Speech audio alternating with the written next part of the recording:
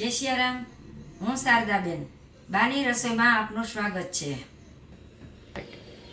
તમે ચણાના લોટના ભજીયા બનાવ્યા હશે, મકાઈના લોટના ભજીયા બનાવ્યા હશે, ચોખાના લોટના ભજીયા બનાવ્યા હશે, પણ તમે બાજરીના લોટના ભજીયા ક્યારેય નહીં બનાવ્યા હોય. તો ચાલો આપણે આજે બનાવીશું બાજરીના લોટના ભજીયા. ચોમાસું બેસી ગયું છે તો આપણા ગુજરાતીઓના ઘરમાં તો ભજીયા થતા જ હોય છે, પણ હું ગેરંટી સાથે કહું છું તો 100માંથી 90% લોકો આ ભજીયા વિશે નથી જાણતા. તો આજે આપણા ભજીયા બનાવવાની સામગ્રી, જેમાં આપણે લીધો છે અડધો વાટકો બાજરીનો લોટ, ધાણા, ચપટી સોડા, અધકચરા તીખા, આદુ મરચાંની પેસ્ટ, સ્વાદ અનુસાર નમક અને હિંગ.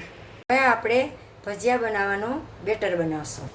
તો એના માટે આપણે એક બાઉલમાં બાજરીનો લોટ લઈશું, પછી હિંગ નાખશું, આદુ મરચાંની પેસ્ટ નાખશું, અધકચરા તીખા લીધા છે ને સ્વાદ અનુસાર નમક નાખશું. મેં અહીંયા ચપટી સોડા લીધા છે, પણ તમે જે પ્રમાણે લોટ હોય ને એ પ્રમાણે નમક અને સોડા નાખજો.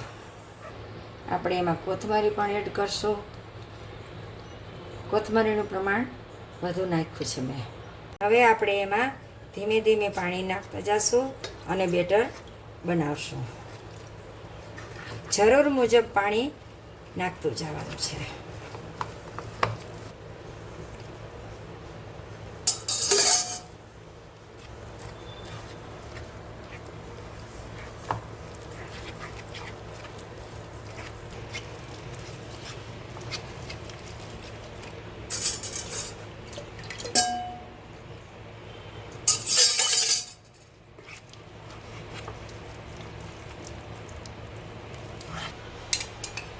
એક ચમચી એમાં મોણ નાખશું. મોણ નાખશું ને એટલે આપણા ભજીયા જાળીદાર થશે.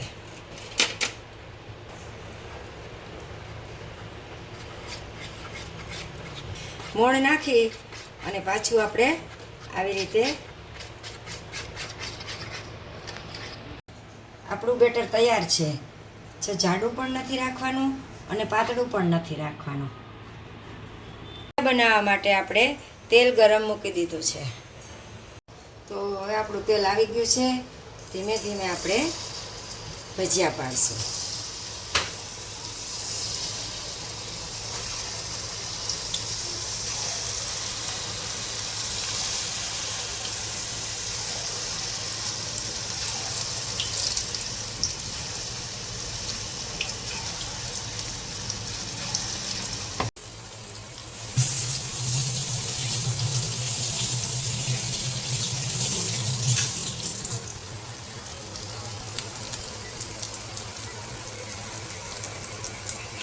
ભજીયાને એકદમ ક્રિસ્પી કરવાના હોય.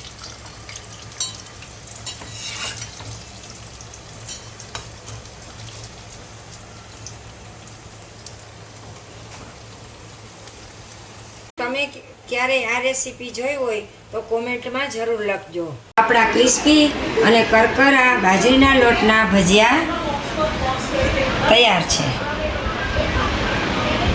તો તમે જોઈ શકો છો, બહારથી ક્રિસ્પી અને અંદરથી જાળીદાર છે ને.